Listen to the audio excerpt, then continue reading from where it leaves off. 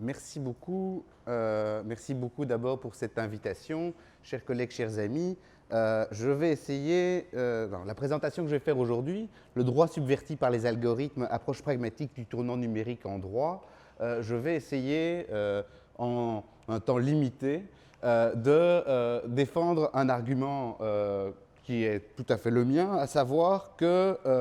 le tournant numérique en droit ne se résume ni à une traduction du droit en code informatique, ni à une simple automatisation de l'application des règles. En réalité, j'essaierai de le montrer à travers une série d'exemples. Il emporte avec lui une reconfiguration complète du droit qui s'opère le plus souvent par devers le texte de la loi ou même les arrêts de jurisprudence et conduit à une transformation des règles et des concepts juridiques ainsi que des pratiques des professionnels du droit, avocats, juges, greffiers et autres. Et cette subversion du droit, on peut la lire également positivement comme l'émergence d'un droit que j'appelle SMART, non pas parce qu'il faut des acronymes, mais derrière cet acronyme SMART, il y a un droit scientifique, mathématique, algorithmique, guidé par les risques et les technologies. Et ce droit SMART illustre dans un certain nombre de domaines du droit, évidemment tous ne sont pas touchés de la même manière, la substitution d'un modèle technomanagérial de régulation à un modèle herméneutique plus classique que nous connaissons. Et pour développer cet argument, je me suis laissé aller aux sirènes du plan en deux parties, deux sous-parties, et même à la summa divisio entre droit public et droit privé, à laquelle je ne crois au demeurant pas du tout. Je voudrais d'abord vous présenter rapidement les perspectives et les hypothèses de la recherche, c'est-à-dire d'où je parle finalement, avant d'en venir à cette subversion du droit que je vais vous illustrer à travers un certain nombre d'exemples issus du droit privé et du droit public avant de conclure. Et évidemment, j'ai prévu beaucoup plus de slides qu'il n'est raisonnable, donc je passerai à un certain nombre d'entre eux qui demanderaient trop d'explications. Alors, perspectives et hypothèses. D'abord, donc, je viens d'un centre de recherche qui se trouve à Bruxelles, qui s'appelle le Centre Perelman, qui a été fondé en 1967, qui regroupe une vingtaine de chercheurs et qui a comme particularité de préconiser une approche pragmatique du droit dans une tradition qui est la nôtre, qui est la tradition de l'école de Bruxelles, dont Perelman est un important représentant, mais il y en a d'autres. Et je parle plus spécialement au départ d'un programme que nous avons commencé déjà maintenant depuis 1995 sur le droit global. Cette approche pragmatique du droit, qu'est-ce que ça veut dire? Ça veut dire que, j'ai pris l'exemple de Peirce ici, mais évidemment il y a bien d'autres manières de l'expliquer, c'est qu'il y a différentes manières de regarder le droit. Très souvent les juristes regardent le droit à partir des sources du droit, en essayant d'identifier comment un texte, une règle s'intègre dans une hiérarchie des sources. Une approche pragmatique va plutôt tenter d'appréhender le droit au départ de ses effets. C'est-à-dire que même s'il est écrit qu'une chambre régulière rend des décisions avec 3 juges, mais qu'en général, il n'y a qu'un seul juge, eh bien, en réalité, la pratique du droit montre que la règle, c'est qu'il y a un seul juge et de temps en temps, il y en a 3. Et donc, ça implique évidemment un certain nombre de transformations par rapport à la manière d'observer le droit et par rapport à la définition même du droit, objet quand même de la théorie du droit, puisque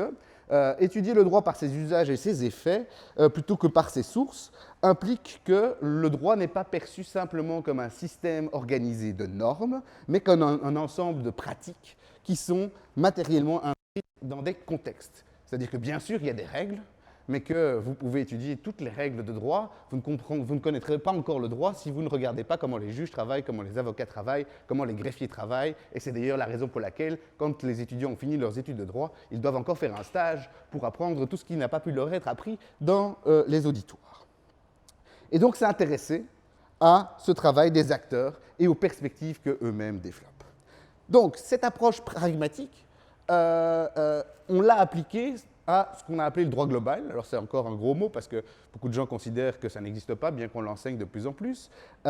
c'est-à-dire à l'ensemble des techniques et des instruments qui sont utilisés aujourd'hui et depuis un certain temps pour organiser, réguler les interactions à l'échelle globale, notamment des acteurs privés.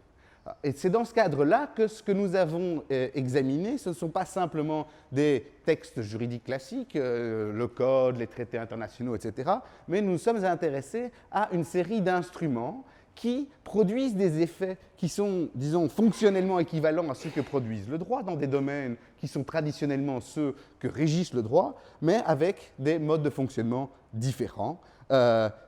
Évidemment, certains vont fonctionner plus ou moins comme des textes juridiques, d'autres pas du tout. Et c'est à travers ça qu'on a examiné le développement des codes de conduite et leurs modes d'efficacité propres, les standards et les normes techniques comme mode alternatif de régulation des comportements, les indicateurs et les metrics, ou les métriques comme moyen de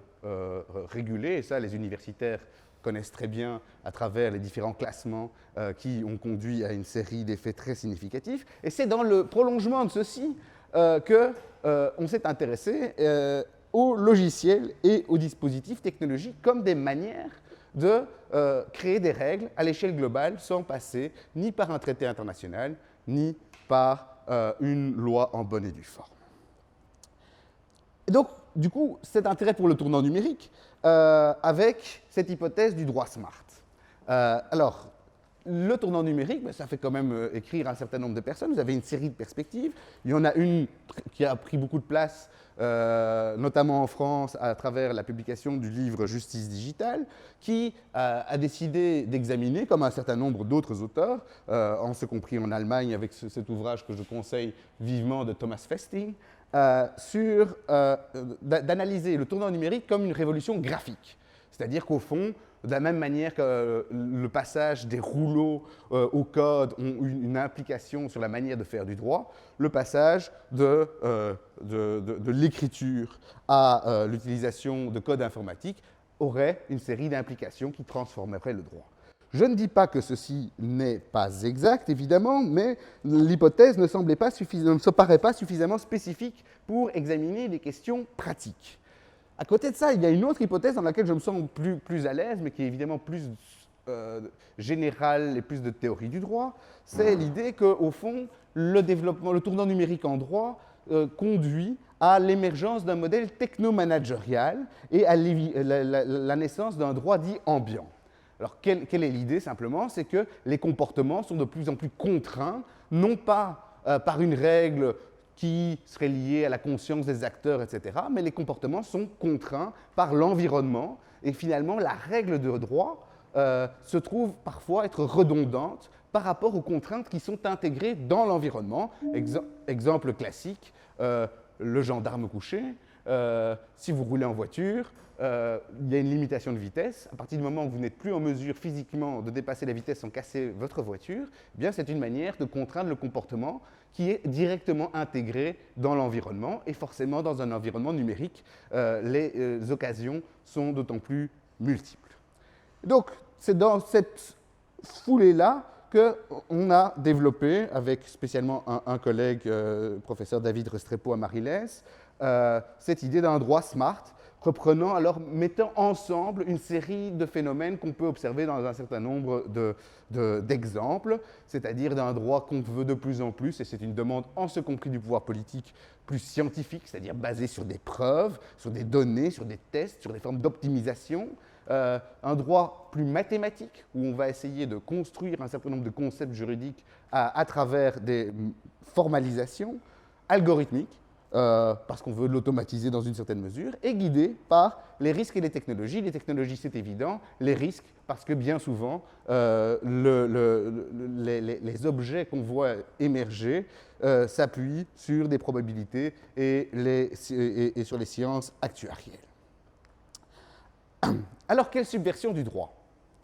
Quelle subversion du droit? Alors d'abord, il faut dire une première chose, c'est qu'il faut faire très attention quand on parle d'intelligence artificielle appliquée au droit ou d'informatique appliquée au droit, puisqu'on a vu une série, dans le brouhaha général, on a vu une série d'exemples où on pensait qu'il y avait de l'intelligence artificielle, où on pensait qu'il y avait du machine learning, où on l'a dit, mais où finalement ce n'était pas le cas. Hein, c'est ainsi que des études ont montré que beaucoup de startups qui prétendaient faire de l'intelligence artificielle n'avaient absolument aucun système d'intelligence artificielle qui était utilisé, voire, dans un certain nombre de cas que j'aime beaucoup, des logiciels qui étaient proposés avec de l'intelligence artificielle, mais où, au fond, l'intelligence artificielle était faite par des humains qui se trouvaient, on en a parlé tout à l'heure, à l'autre bout du monde. Vous pouviez dicter votre emploi du temps et il était reproduit de manière formidable par l'intelligence artificielle qui s'avérait être des petites mains de l'autre côté du monde. Ceci a été illustré, l'ouvrage a déjà été mentionné En attendant les robots ou dans les travaux sur... qu'est-ce qu'il est son nom encore de Trebor Scholz sur l'uberisation du travail. Et si on a besoin de ça, c'est aussi parce que les intelligences artificielles ou les systèmes de machine learning ne sont pas toujours aussi fiables ni aussi intelligents qu'on veut bien le prétendre. Joshua Bengio, qui est un des inventeurs de l'apprentissage profond, qui enseigne à Montréal, avec qui on a eu l'occasion de travailler, montre par exemple que malgré toutes les techniques qu'il utilise de deep learning, eh bien, il suffit de mettre quelques perturbations adverses, et là où il y avait un bus, finalement, la machine identifie une autruche, et là où il y avait un chien avec les mêmes perturbations, la machine reconnaît aussi une autruche. Donc, forcément, il y a une forme de contrôle qui est nécessaire, et cette surenchère autour de l'intelligence artificielle est aussi liée, et je pense que l'Université d'Oxford a fait une étude assez intéressante là-dessus, au fait que ceux qui communiquent le plus à travers les médias et autres sur l'intelligence artificielle, ce sont d'abord les industries qui ont des choses à vendre. Vous voyez qu'elles représentent à elles seules 60% de l'ensemble des communications publiques, alors que le secteur académique ne représente que 16% des articles qui sont publiés touchant à l'intelligence artificielle. Bien. Je vais passer ceci. Donc, ce qu'AVEAT étant fait, la subversion du droit par les algorithmes, je voudrais vous montrer un certain nombre d'exemples où on voit très bien comment la numérisation conduit à une modification et une transformation de la manière de faire du droit, de la manière de l'appliquer, de la manière de l'interpréter, en ce compris lorsque la règle du droit ne change absolument pas en elle-même. Premier exemple, ce n'est pas le domaine le plus facile, mais c'est un domaine qui est très avancé. Je vais le prendre du droit bancaire et financier, avec ce phénomène que vous connaissez tous plus ou moins bien, c'est-à-dire la montée en puissance du trading algorithmique à haute fréquence. C'est-à-dire qu'aujourd'hui, sur les marchés, les échanges de titres se font à des vitesses tout à fait remarquables parce qu'ils sont réalisés directement par des machines. Alors, non seulement elles sont exécutées par des machines, mais les stratégies d'investissement qui se réalisent sur parfois 50 plateformes en même temps sont également mises en œuvre et exécutées par les machines à une vitesse très importante, avec une augmentation de la vitesse des transactions qui conduit à des phénomènes tout à fait étranges, dont le plus connu est sans doute le Twitter's Fast Crash en avril 2013, où le fait qu'on avait piraté le Twitter de l'agence France Presse et qu'il avait été indiqué qu'il y a eu des explosions à la Maison-Blanche, a été identifié par les systèmes de trading algorithmique à haute fréquence et a conduit à des ventes significatives de titres, au point qu'on a eu en quelques secondes une chute tout à fait considérable du Dow Jones, ce qui a évidemment alerté les régulateurs. Donc des vitesses d'opération qui sont considérables, puisqu'on travaille aujourd'hui dans le domaine du trading algorithmique à haute fréquence à la nanoseconde.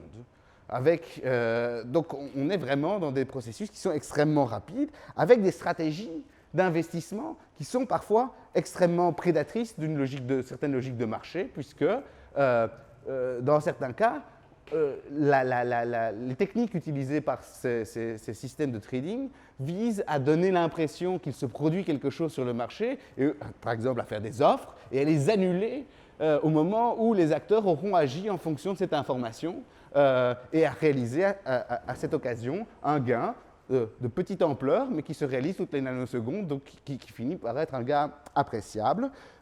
Et cette évolution des marchés a conduit d'ailleurs un certain nombre de biologistes